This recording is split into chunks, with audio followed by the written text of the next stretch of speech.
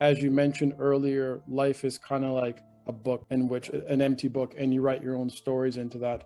I believe that you've hit a point in a book that you don't want to rewrite or go back on those pages. It's a very important culture or belief in our culture is that money is like everything. If you don't have money, you don't get the respect you deserve. I'm born from this kind of culture in my family. So that's why they wanted me to like really study well, really study hard in order to have a job. So I studied hard and then I got into secondary school. I find that like, studying is not for me. I got dropped out by my secondary school. And then I joined a gang. They introduced me to drugs. I had no money to pay for the drugs. So eventually I've become a drug lord. At the age of 19, I'm at a point where I was trying to laundry all the black money or dark money. So I started to take over some business. When faith or when God puts a joke on you, but I got arrested. They sent me into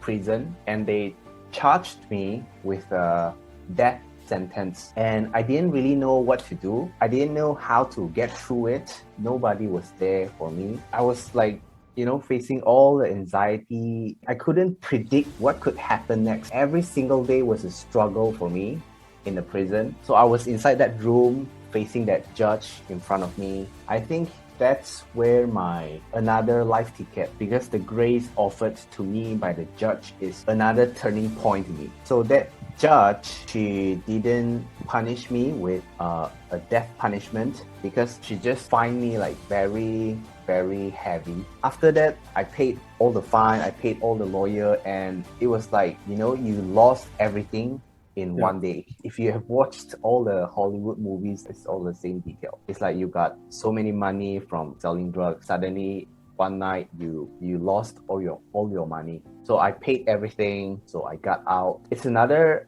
life ticket to me, and I really appreciate that. Yeah. And when you try to write some note, when you flip another page, it's a blank page, right?